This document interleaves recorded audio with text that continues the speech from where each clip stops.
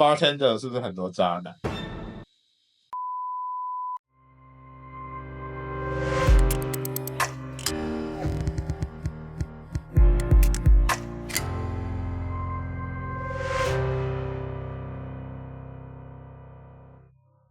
我们今天来欢迎来秋的老板。嗨，大家好。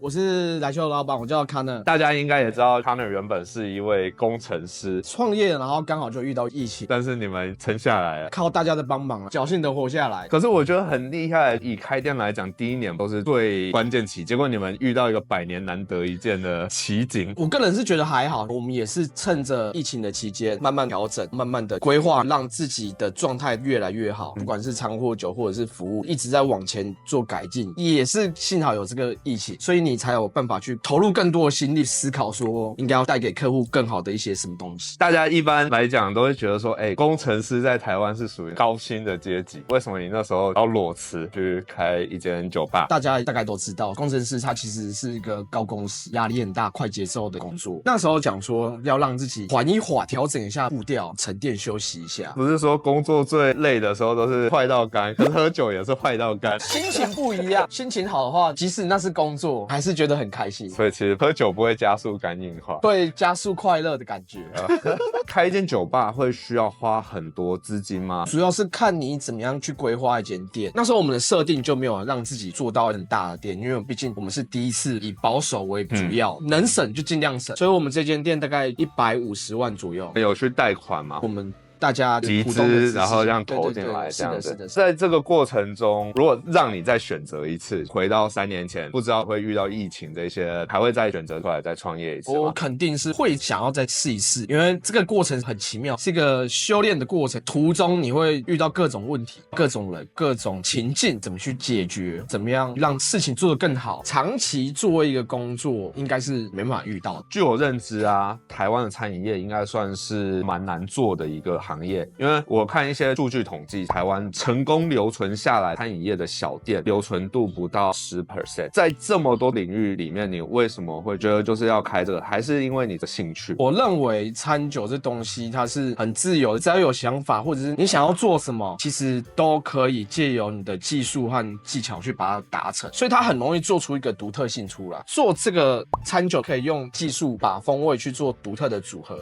它有太多的排列组合是你可以去尝试、去探索，或者是你可以去带给客人，所以它很容易有一个自己的灵魂。餐饮业就因为开10个9个都倒了，很好奇说，像你们从初期这样子拿自己的钱来做投资，当下想的心情是第一件事想要做的是什么？是想要先回本呢，还是多久回本？其实我们开的时候就是想要做的比较永续一点，没有想要马上就回本。它可以是做的久、做的大的，但你需要给它一些养分或给它一些时间，才有办法从1间变2间、3间、4间。所以一开始就是让它做到好，包含我们的装潢或者是设计，全部都是由我们自己操刀处理的。刚刚有讲到东西是比较有特色的，那你觉得说你们跟别的店差异性最大的是什么？目前比如说餐好了，我们是邀请蓝带主厨来当我们的 chef， 他思想或者是学习的过程、生产过程，他就是比较自由奔放。所以我们的餐虽然是以西餐、法餐为主，但是我们香草类的操作或者是蔬果、肉类风味互相交合比较好，让你蹦出另一种新滋味的惊喜会比较多一点。我们的酒也是钻研在使用香草做萃取，所以酒上面都会有很多像香草啊或者什么不同的。我们是直接把它做到酒里面，你们就萃取到酒里面，对，比别的酒吧花的工比较多。不能这样说啦，大家都很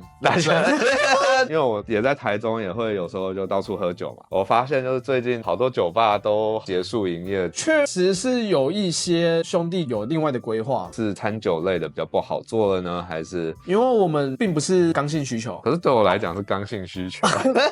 这样子，如果像客人进来店里面，你会看说要提高他的翻桌率，或者是希望有越来越多熟客，还是你会希望他们都是外带？当然是希望这里的客人都可以成为我们长久的熟客，作为朋友。所以说我们在这里工作人员跟客人之间的互动其实是蛮好的。你开业的这个过程中，有没有遇到一些你觉得最令你印象深刻的是什么，或最奇怪的？曾经有小女生、大学生吧，跑在我们店里面，大概就喝一口之后就马上把酒吐出来。她可能人对酒精的耐受容忍度度没有不是很好。这个不行，我觉得这不够有趣，你要再想一个更有趣的。然后讲一个更有趣的，对曾经有做喜剧的 podcast， 因为我们很熟，他们隔壁表演完之后跑来这边喝酒。我喝酒那时候，因为那天商务上应酬就喝多，就在那边聊天。我那天喝很醉，结果他们在 podcast 上面直接聊我说我那一天说开酒吧无聊死了，真的都是虾妹。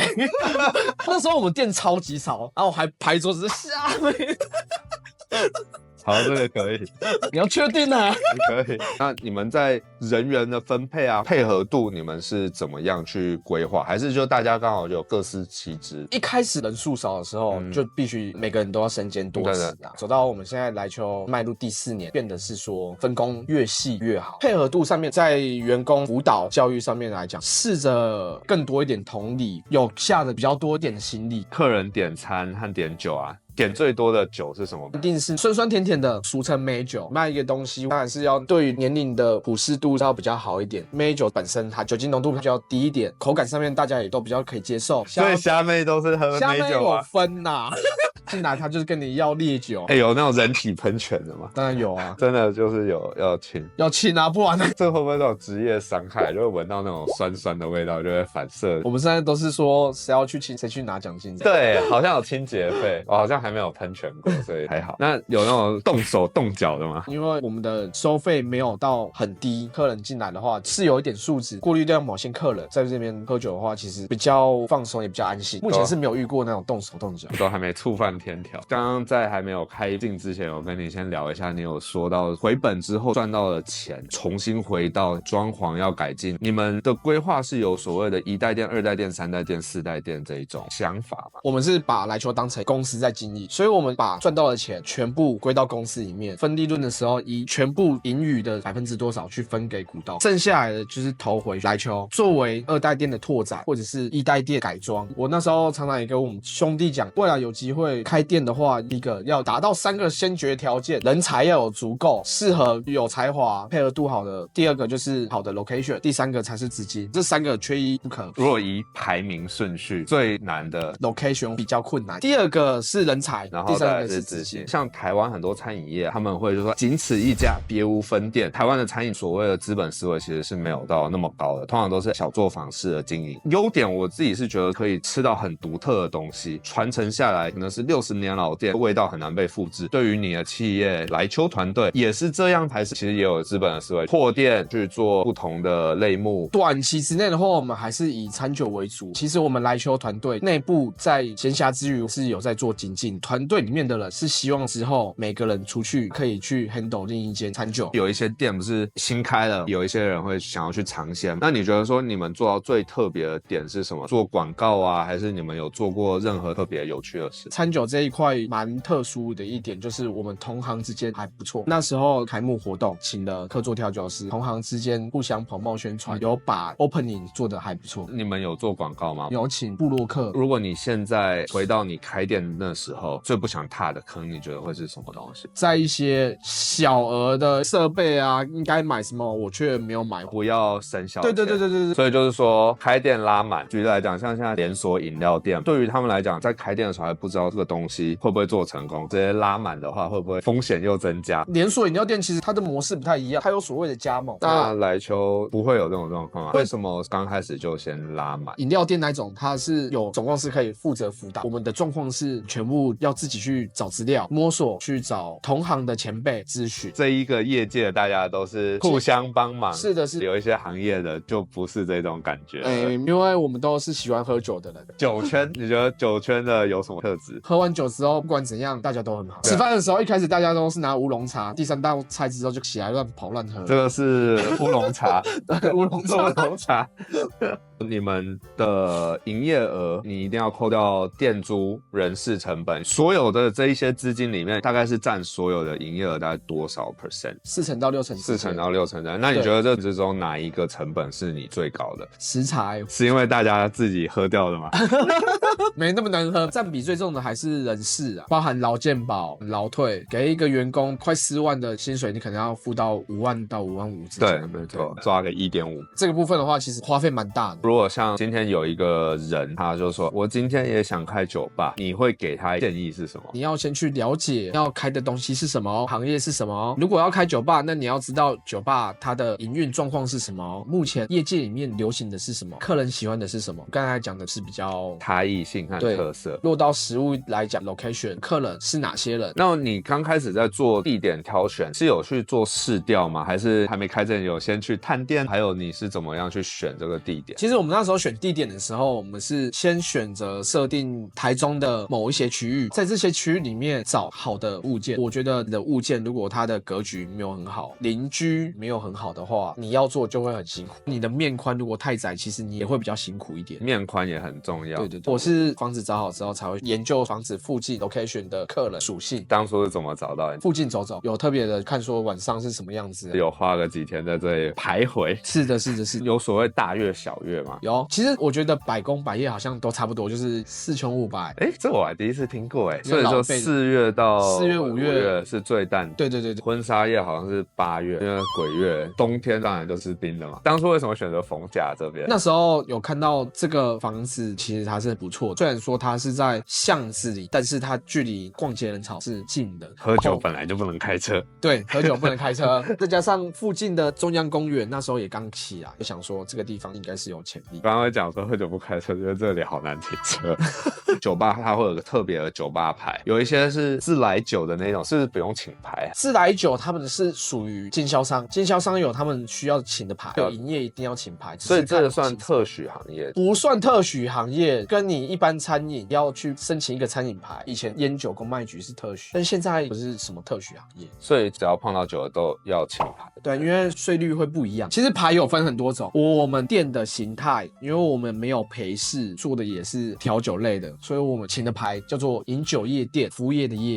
饮酒业店原本没有讲的时候，我其实是想正常的，反正就变很好笑。如果是有陪侍，那又是另外一回事。有酒吧或者是酒店，在政府分类里面，它是分得很细。那你们店有会计吗？我没有请会计，是外包。对。我想问，开酒吧有没有职业伤害？会不会就今天把我的营业额给喝掉了？那个是一不小心的事情。对店里面的团队来讲好了，没有禁止他们喝酒，但是不要让自己喝醉，可以跟客人有交流，不要让自己没办法上班。所以你说的职业伤害有可能是突然在里面很强。会啊，不小心啊。我们去年的周年庆，那时候大家都很开心，很多老朋友过来，在吧台里面，调酒师就直接把衣服打赤膊了。那天你好像有邀，可是我没有来。你好像去那个地堡。像是客人有不同种嘛，熟客你是怎么把那种陌生客让他加速变成熟客？什么小诀窍？就是每个人的聊天技巧，不要把天活生生的给他聊死了。我觉得这个东西是要培养。你挑人的时候，第一次就是看他聊天的感觉。我们当然一开始挑人的时候会挑，毕竟来球是一个团队之间，他有很多的沟通。如果是一个内向的人，沟通技巧或者聊天技巧就很差啦。像我是内向的人，然后我就要喝点乌龙茶。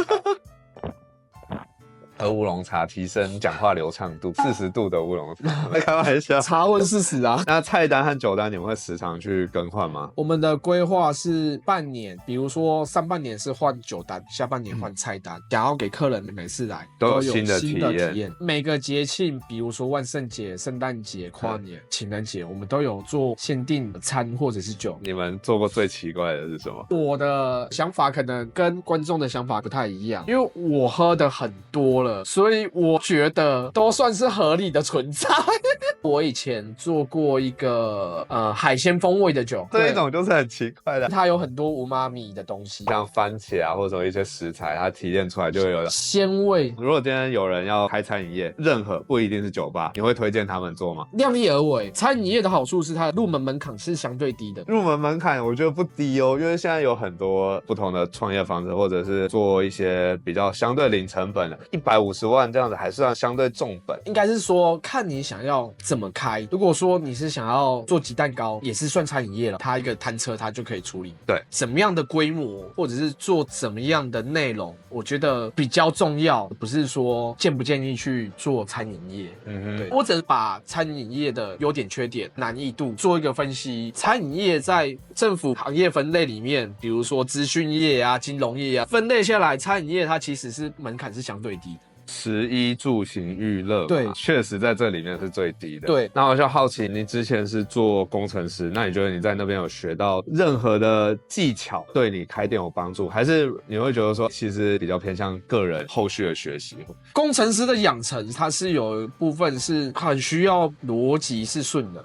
我认为啦，这个应该是属于从小到大的训练，其他的部分，我认为这个就属于做人的能力，让自己做酒更精进啊，或者是做餐更好吃，还是要不断学习，不断 update。如果做工程师的话，可能每天都有新的挑战，因为就持续在这个环境。是的，现在就变成做餐酒馆这些能力应用得到的这边，你也会推荐？可能今天他大学刚毕业，没什么钱，希望在职场先走过一圈再。我会建议无论如何先累积自己的资本，本金很重要。没有本金，你什么都没有办法去做。累积自己的能力，让自己有办法去学习更多能力。这些能力在未来的某一天，他一定会用得到。我想问，当酒吧老板很忙吗？因为酒吧都是那种晚上开到比较深夜。作为老板，一天的行程大概是怎样？因为我们的工作时间刚好跟一般上班族工作时间是相反，不论是假日或者是平日，比较辛苦一点的就是变成是说，在餐酒行业里面工作社交会变得很少，或者是社交的时候变成是同行。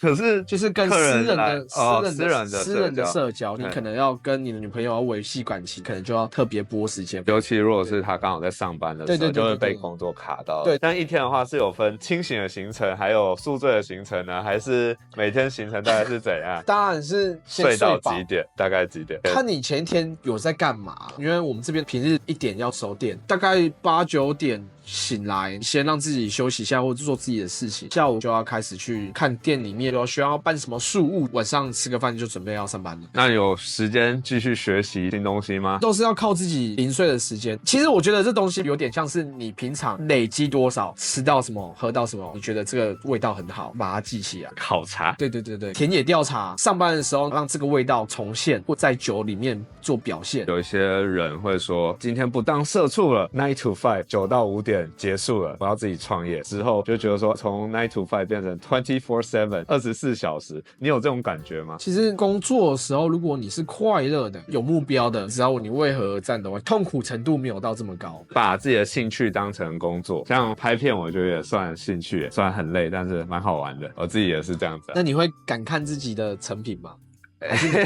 我必须得看，光是看自己拍的东西，我都会觉得超尴尬。没关系，你之后就可以看。